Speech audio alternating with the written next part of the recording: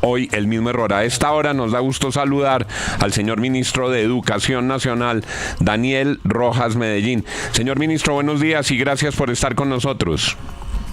Buenos días para usted en la mesa de trabajo y toda la audiencia que nos escucha hasta ahora. Ministro, ¿cómo va el trámite en el Congreso de la República del proyecto de ley que busca recoger un gran acuerdo nacional por la educación superior? Bueno, muy bien. Acabamos de sostener la semana que inicia una audiencia pública con la participación de docentes, rectores, estudiantes, en las que no solamente socializamos este proyecto de ley, sino recogimos las inquietudes de la comunidad educativa, y el día de hoy el proyecto de ley está en la agenda de la Comisión Sexta del Senado de la República, primer debate. Entonces, quizás en la tarde de hoy ya tendremos la primera aprobación de este proyecto de ley que busca cambiar el esquema de financiación de las universidades públicas del país. Señor ministro, este proyecto, digamos, técnicamente es una modificación de los artículos 86 y 87 de la Ley 30, que es la llamada Ley de Educación, y estos establecen el mecanismo para definir los recursos destinados por la Nación a las universidades públicas. Establecen esas condiciones, esa fórmula, ese mecanismo de incremento. ¿En qué cambia? ¿Qué es lo sustancialmente diferente que están ustedes tramitando, que está usted como ministro promoviendo en la modificación de esos artículos? Sí, le agradezco mucho la pregunta para poder explicar a la audiencia la importancia de este proyecto de ley. El sistema universitario estatal, el SUE, ha hecho estudios que indican que desde la promulgación de la Ley 30 en el año 1992 a la fecha, la brecha presupuestal que se ha abierto respecto a las universidades públicas del país alcanzan el valor de los 19 billones de pesos, es decir que en los más de 30 años de aplicación de la Ley 30, se le han dejado de girar a las universidades públicas más de 19 billones de pesos. Y digamos que entre el 2000 y el año 2023, la matrícula en estas universidades públicas ha aumentado alrededor del 176%, pero las transferencias de la nación tan solo han incrementado el 62%. La brecha se sigue abriendo. Lo que este proyecto de ley busca es precisamente corregir esa realidad presupuestal e indexar los recursos que año tras año se presupuestan en la Ley de Presupuesto General de la Nación, no al IPC como actualmente se hace, sino al índice de costos de la educación superior, que es un índice que está mucho más relacionado con los costos de matrícula de las universidades públicas. En ese sentido, lo que indican las proyecciones es que en un horizonte de 15 años pasaremos de una inversión que encontramos cuando llegamos al gobierno del 0,4% del Producto Interno Bruto al 1,2% del Producto Interno Bruto, acercándonos al promedio de los países OCDE. Encontramos ese 0,4, hemos hecho un esfuerzo presupuestal para llevarlo al 0,54, pero ha sido simplemente voluntad política del gobierno de poner los recursos en el presupuesto general de la nación. El proyecto de ley nos llevaría a ese salto presupuestal, ya no por voluntades políticas, sino por un esfuerzo en la misma ley para cerrar la brecha ya mencionada. Señor ministro, le hago una pregunta respetuosa. Aquí escuchamos a las personas que estudian el sector salud diciendo que no hay plata para tapar los huecos. Incluso al ministro le ha llegado el agua al cuello porque tiene que cumplir una orden de la Corte y no estaba la plata en caja, no había plata para la salud. Hemos escuchado las denuncias de alcaldes y gobernadores que dicen que en su territorio la seguridad se ha visto diezmada porque no hay suficiente capacidad operativa de la fuerza pública. Solo en Bogotá hay 1.000 patrullas de la policía dañadas y no hay plata con que arreglarlas.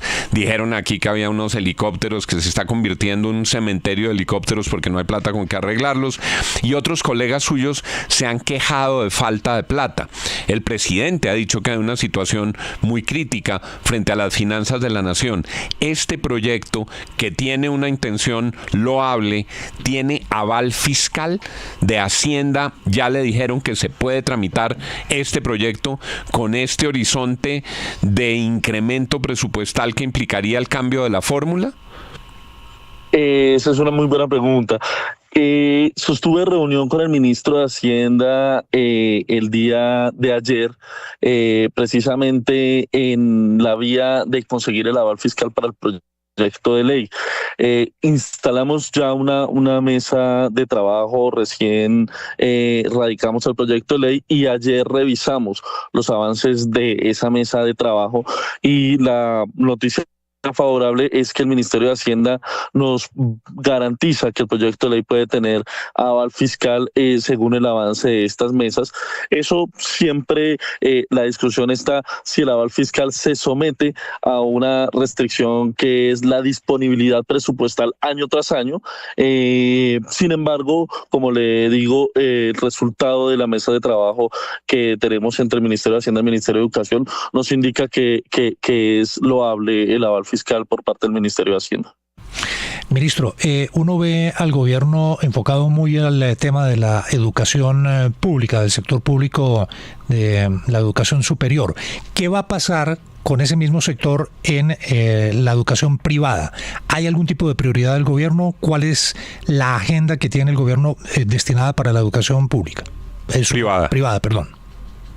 Sí, nosotros hemos sido enfáticos en que creemos en un sistema mixto de oferta de educación superior, en el que tanto las instituciones de educación superior privadas como las públicas pueden lograr una conjunción para aumento de cobertura, de calidad y de permanencia.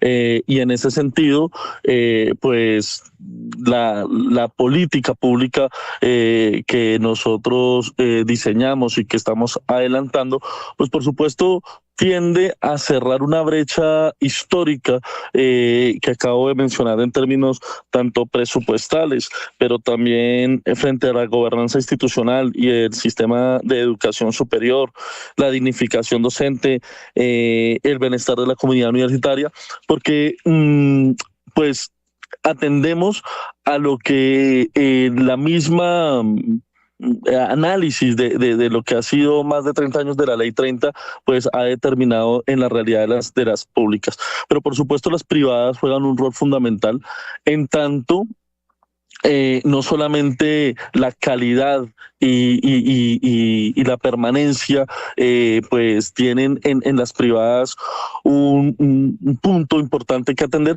sino también en los mismos mecanismos de financiación y de matrícula. Nosotros hemos señalado, o mejor, hemos visto que la matrícula en las privadas se ha mantenido. Quisiéramos que aumentara, sí, y estamos muy prontos o estamos muy cerca de poder tener una reunión con las y los rectores de las privadas para atender también las posibilidades de que el gobierno nacional concurra en posibilidades de aumento de matrícula en las privadas. Ministro, buenos días. Mire, todos vimos el regaño que le pegó el presidente a usted en el último Consejo de Ministros, en vivo y en directo. No pasemos lo de llegar tarde, porque me parece que usted dio las explicaciones, pero sí por la falta de ejecución dentro de su ministerio. Pues no le paró bolas cuando empezó a hablar. El presidente se metió a otro tema. Ahí le pidió. Pero el tema es, ministro, que vamos para apenas un primer debate esta tarde y vamos a ver si sí lo incluyen. Está en la lista, puede que no lo incluya el Congreso y decida no debatirlo. No hay aval fiscal porque no nos puede dar esa certeza, hay unas mesas.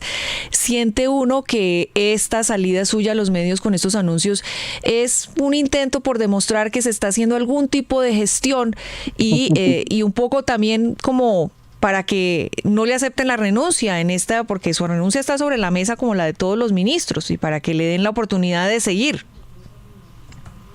Bueno, no, digamos que yo no soy muy amigo de salir a medios de comunicación porque... Yo sé, por eso me sorprende. En realidad creo que no tenemos que estar ávidos de hacerles anuncio a los medios de comunicación, sino esperaríamos el acompañamiento de los medios de comunicación a cada una de las acciones que adelantamos desde el Ministerio de Educación Nacional. Por ejemplo, estuvimos entregando la sede de Ciencias de la Salud en Bucaramanga, no hubo mucho cubrimiento en los medios. Por ejemplo, estuvimos entregando dotación en los colegios tanto de el Catatumbo como de la zona del Plateado, no hubo mucho cubrimiento de los medios. Por ejemplo, estamos garantizando el 100% de cobertura del programa de alimentación escolar en lugares excluidos, no hubo mucho acompañamiento de los medios. Por ejemplo, llegamos al Chocó a hacer dotación de colegios en términos tecnológicos y infraestructura, tampoco ha habido mucho cubrimiento de los medios, es decir que accedemos a salir a los medios no pretendiéndonos quedarnos en ningún cargo ni mucho menos. El presidente, o sea, es culpa de los medios que no le hemos dado difusión a todos sus logros. Y lo veo como con la cordialidad que él siempre ha tenido conmigo y con ese afecto casi que paternal que él ha tenido conmigo, de que me exige mucho más, pues precisamente porque esta es una cartera vital para el programa de gobierno, pero en la decisión del señor presidente estará la continuidad de nuestro ministro, que simplemente está atendiendo al programa de gobierno. Pero y frente a la ejecución, somos el sector, déjeme decirle, para que quienes nos escuchan puedan estar muy bien informados, que somos el sector con mayor ejecución del gobierno nacional. A ver, entonces el presidente se informa a través de los medios, o sea, es decir, es culpa de los medios que no hemos cubierto todos sus actos. No, yo no he dicho eso, solo está diciendo usted. Y el presidente se informa a través de los medios porque el presidente fue el que dijo que usted no tenía, ahí hizo una lista de los logros y el presidente fue el que dijo que no se había cumplido y que usted tenía muy baja ejecución. Creo que entonces entendieron mal al presidente, porque lo que estaba anunciando el presidente es un reporte que le hace una oficina de Palacio sobre compromisos en gobiernos con el pueblo que tienen que ver en su gran mayoría con construcción de sedes universitarias. La señora que genera ese reporte pone aprobado o no aprobado, y pues una sede universitaria no se construye en 1, en 2 o 3 meses. Entonces, si no está construida, pone desaprobado, pero no refiere a la ejecución. Los informes de ejecución los reporta el Ministerio de Hacienda. Cualquier persona que quiera investigar e informarse bien va a los reportes del Ministerio de Hacienda y encontrará que el sector de educación es el sector con mayor ejecución de todo el gobierno nacional. Sí, ministro, para continuar con sus ejemplos, yo le tengo una pregunta sobre 2 hechos puntuales en Tolima y en Chocó.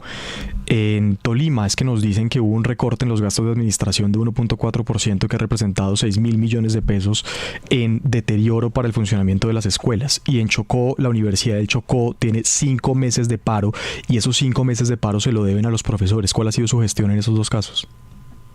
El recorte en administración, no entiendo qué significa recorte en administración. En gastos de administración, de 6.000 millones de pesos, 1.4% para escuelas, y tampoco han girado los recursos del PAE a tiempo. Los gastos de administración de colegios y escuelas departamentales son giros que se hacen a través del Sistema General de Participaciones. Los giros del Sistema General de Participaciones se han hecho de manera puntual por parte del Ministerio de Hacienda y del Ministerio de Educación Nacional. Si hay algún retraso, entonces habría que hablar con la Gobernación del Tolima. Respecto al Chocó, y muchas gracias por la pregunta, para que podamos informar sobre la gestión que se hace desde el Ministerio de Educación Nacional. Iniciamos desde la Oficina de Inspección y Vigilancia del Ministerio de Educación Nacional investigaciones frente a serios indicios en el mal manejo de los recursos de la Universidad Tecnológica del Chocó. Lo denunciamos. Entramos en una, en un conflicto jurídico con la Rectoría del Chocó por la transparencia en el manejo de estos recursos. El Tribunal Administrativo del Chocó le dio la razón al Ministerio de Educación Nacional, provocando la destitución del rector de la Universidad Tecnológica del Chocó. Nos demandó de nuevo, nos puso tutela, volvimos a ganarle, y en este momento acabamos de hacer una decisión asignación en encargo de la Rectoría de la Universidad Tecnológica del Chocó para poder normalizar no solamente el calendario escolar, sino evidenciar la transparencia en el manejo de los recursos de una rectoría que, insisto, pues ha sido desde el Ministerio de Educación Nacional que hemos vigilado y logrado la remoción de la rectoría. Ministro, y los 5 meses con el respaldo de la ley. Y los 5 meses de sueldo de los profesores que no han sido pagados, ¿ustedes cuándo los van a pagar? De los profesores de la Universidad Tecnológica del Chocó. Sí. Pues precisamente con la nueva rectoría, es que no sé si no me hice entender. No, usted se hizo entender que hay una controversia judicial, que un tribunal les dio la razón, pero los profesores llevan 5 meses sin sueldo. Precisamente porque la rectoría de la Universidad Tecnológica del Chocó encontramos indicios de malos manejos administrativos. Por lo tanto, con la nueva rectoría tenemos que volver a no solamente a iniciar un empalme con el Ministerio de Educación Nacional para normalizar el calendario académico, sino además también el pago de los pasivos que tiene la Universidad del Chocó, que son inmensos por presuntos malos manejos de la administración que estaba en la universidad y que nosotros hemos logrado combatir. Son las 6:44 a.m. Están ustedes escuchando al señor ministro de Educación, Daniel Rojas. Como él mismo lo ha dicho y ha explicado por qué no es frecuente escuchar su voz en los medios de comunicación. Ministro, tenemos el chat lleno de preguntas de los oyentes. Le quiero hacer 3 de ellas porque veo repetición en su formulación. Una es ICETEX y las formulan en toda la gama, desde qué va a pasar con el ICETEX hasta los jóvenes que se quedaron colgados de la brocha porque esperaban que pudieran acceder a mejor crédito. Pero la pregunta es, ¿qué va a pasar con ICETEX? 2, salud del magisterio. ¿En qué va ese tema? ¿Cómo se resolvió? ¿Cómo lo han podido organizar? Y 3, ICFES, una queja muy reiterada por la mala conectividad o la dificultad de la página que no permite que descarguen los certificados, que ha habido unas complicaciones. Es la voz de los oyentes. Como decía don Juan Gosaín, nosotros tenemos que ser la voz de quienes no tienen voz, y estas son las preguntas que le están haciendo. ICETEX, salud del magisterio e ICFES, señor ministro, por eso están preguntando nuestros oyentes. Gracias. Sí, frente al ICETEX, pues nosotros ya sostuvimos reunión con el nuevo presidente de la entidad, con quien pues hemos no solamente analizado las posibilidades de reforma de la entidad, y el señor presidente del ICETEX tiene unas ideas que a mi modo de ver son muy audaces para poder darle, digamos, forma a lo que se pretendió en algún momento con el ICETEX. Recuerde usted que el ICETEX es una entidad financiera vigilada por la Superintendencia Financiera, que en este sentido hace lo que hace un banco: capta recursos y coloca créditos, y la idea es que la reforma al ICETEX le permita ser mucho más eficiente en esa actividad financiera, tanto de captación como de colocación de créditos. Lo que hemos podido, dada la situación fiscal del país, lograr es que el ICETEX por lo menos tenga posibilidades de mantener los créditos y las a los clientes que actualmente tenga, darles razón de continuidad en esos créditos, y el señor presidente del ICETEX también me ha informado que se están estudiando la viabilidad de obtener o diversificar los métodos de captación para poder ser más eficientes en ese sentido. Pero además, el sistema de créditos para acceder a la educación superior tiene, digamos, otras fuentes, como por ejemplo el Fondo Nacional del Ahorro, que acaba de su junta directiva de aprobar líneas de crédito educativo, y creo que hay algo virtuoso en el cambio del modelo de subsidio a la demanda, como se tenía anteriormente, hacia fortalecer la oferta educativa, y es que muchas instituciones de educación superior privadas han empezado a crear esquemas de financiamiento favorables a los estudiantes mediante modalidades de crédito, incluso en algunos casos que he conocido mucho más favorables que el ICETEX. Así que creo que transitamos, ahora que usted hablaba de los que no tienen voz, precisamente creo que tienen menos voz las y los estudiantes que ni siquiera tienen posibilidades de acceder a un crédito, ni a tener codeudor, ni a tener finca raíz para ponerla como garantía de un crédito. La extensión de la educación superior hacia lugares históricamente pues rezagados. Lo otro que me preguntaba creo que tiene que ver con salud del magisterio, si lograron resolver el rollo de salud del magisterio, y lo otro es una respuesta súper sencilla sobre las plataformas del ICFES. La plataforma del ICFES, sí señor.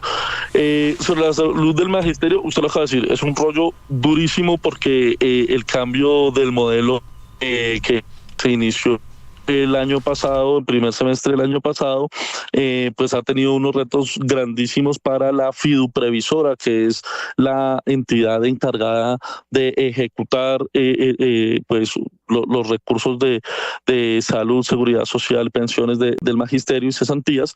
Hemos dirigido o presidido el consejo directivo del FOMAC, solicitando a la fiduprevisora los avances y la contratación de las redes. Encuentro que la fiduprevisora aún mantiene muy concentrada la contratación y recibo las quejas de los maestros en todas las regiones, y por lo tanto lo que hice yo en el Ministerio de Educación Nacional fue crear unas mesas de trabajo regionales con los maestros en todas las regiones, más de 25 mesas para recoger todas las quejas y venir a traérselas a la fiduprevisora en aras de mejorar el modelo. La fiduprevisora, el nuevo vicepresidente del FOMAC, Aldo Cadena, que se posesionó hace 1 o 2 meses, ya me recibió a mí toda esa información y se comprometió conmigo a que va a mejorar cada uno de los aspectos que yo recogí con los maestros. Estamos a la espera de que citen nueva junta, consejo directivo del FOMAC, para mirar cuál ha sido el avance de la fiduprevisora en ese sentido. Pero quiero decirle que el magisterio y FECODE ha trabajado muy de la mano con el Ministerio de Educación Nacional, y tenemos las actas de estas mesas sobre las cuales le vamos a hacer mucho seguimiento a la fiduprevisora para que se cumplan los requerimientos que hicimos junto a los maestros. Y frente a la página del ICFES, pues bueno, voy a comunicarme con la directora del ICFES para que por favor nos dé solución pronta a la página de internet, y apenas ella me dé una respuesta la voy comunicando a través de los medios que tengamos en el Ministerio de Educación Nacional, porque creo que es una cuestión operativa. Es el ministro de Educación, Daniel Rojas. Ministro, gracias por haber estado con nosotros esta mañana, por haber contestado nuestras preguntas y las preguntas de nuestros oyentes, que tienen muchas.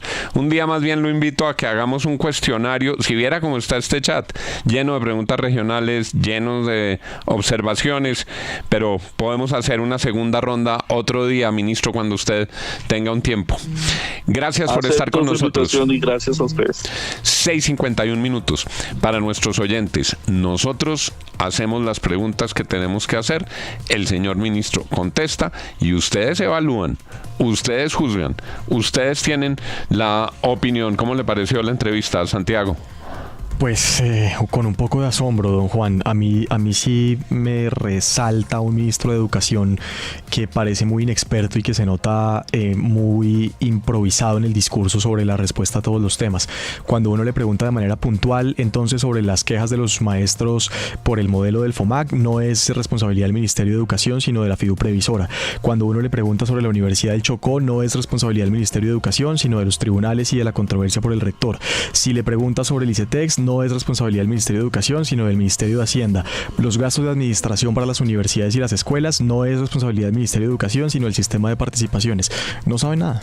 Pero además todo es culpa de nosotros, los medios, que no hemos cubierto sus grandes logros. Todo lo que hizo, que en el Plateado, además en el Chocó, que supuestamente puso dotación en los sitios además donde los niños no pueden asistir al colegio por el tema del orden público.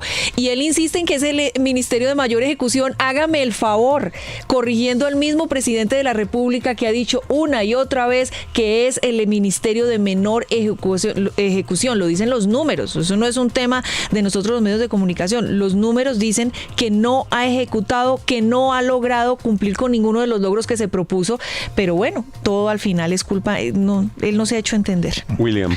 Es que además de lo que dicen mis compañeros, Juan, es muy difícil borrar de la mente el imaginario de este ministro cuando era activista y cómo manejaba en sus redes los insultos contra las instituciones, cómo trataba de tombos HP a la policía, cómo les decía gonorreas, cómo les decía toda calidad o cantidad de insultos.